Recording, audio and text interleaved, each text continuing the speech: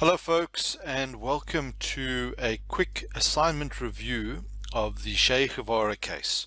I thought rather than giving a whole lot of detailed feedback in each of the assignments, what I would do is do a quick once over and give you some ideas of a couple of places where people went wrong, and most importantly the pieces that I think were left out in terms of the assignment, and also some of the challenges I had, and also Boitemelo has had in the other class around the marking. All right, so let's dive straight in. The page in front of you is my working document for the Chez Guevarra case. Excuse some of the arrows and other bits and pieces. I use that as part of a teaching class that I do, so we'll just ignore that.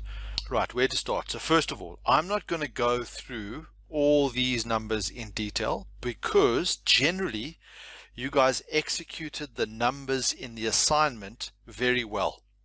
Apart from a couple of errors here and there, you guys did a great job. So what that does is it makes it very difficult for us as the markers, because getting all the numbers right is one part of the assignment and is going to get you pretty good marks, but a little bit of the interpretation and the nuance and showing off that you know that stuff is important.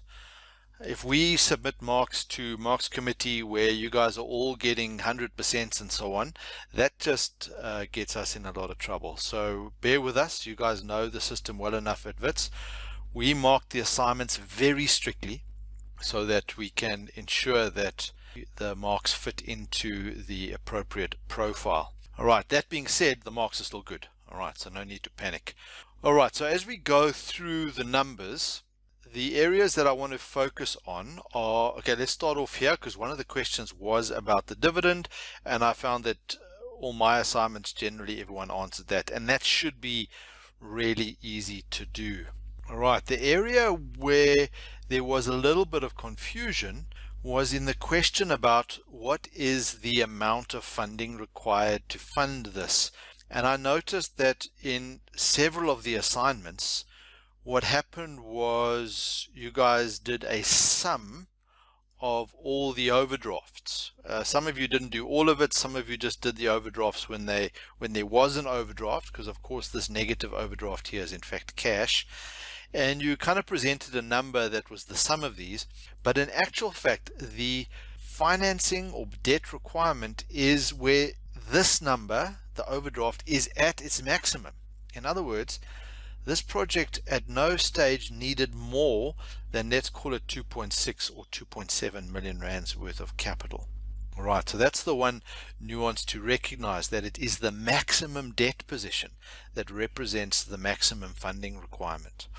Okay, and they had a overdraft capacity, I think, of 10 million or something, so they didn't even use everything that they needed.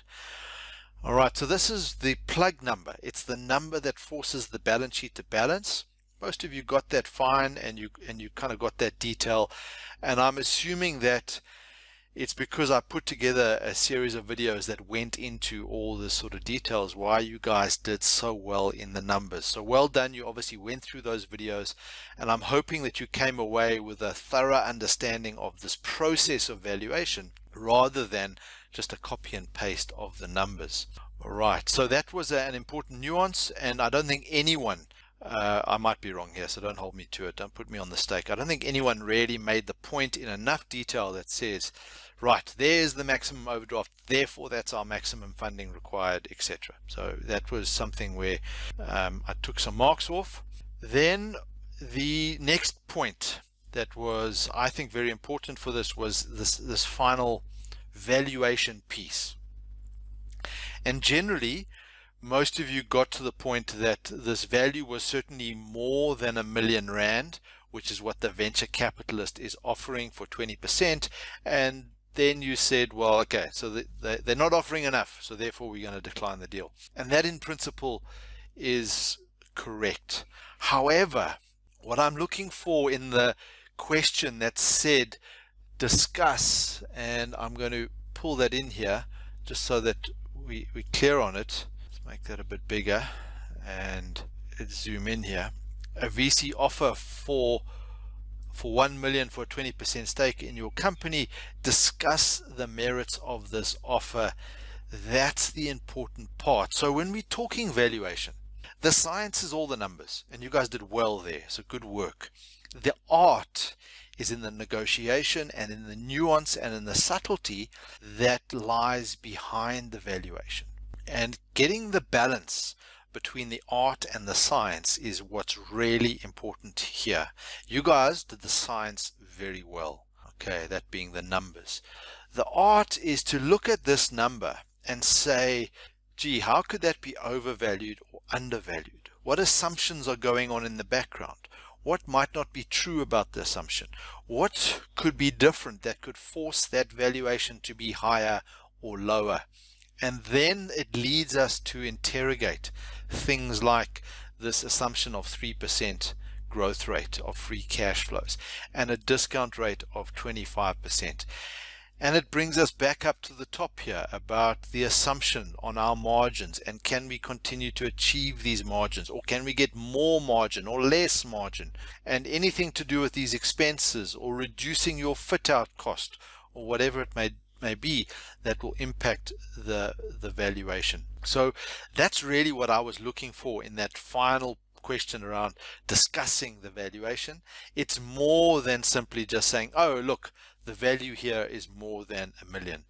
So that was an area where I would say that you lost marks. But when I say you lost marks, I can give you the range of marks. From the best assignment was at 85%. There were a collection of marks at 80, 79, 80, and then one group got 70%. That was the lowest mark for my group. And the 70% was because you used all the wrong assumptions in your model. So your model worked well, but your underlying assumptions were not the same ones that were reflected in the case study. So generally the marks are pretty good, so well done.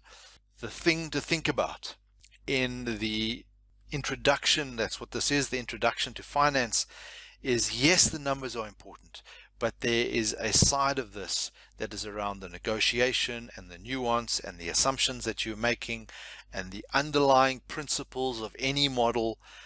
Do they represent the real world, and should we look at those a lot more closely? All right, so that's a quick overview of the assignment. You guys did well, and good luck for the test coming up shortly. We will see you on the far post. Go well.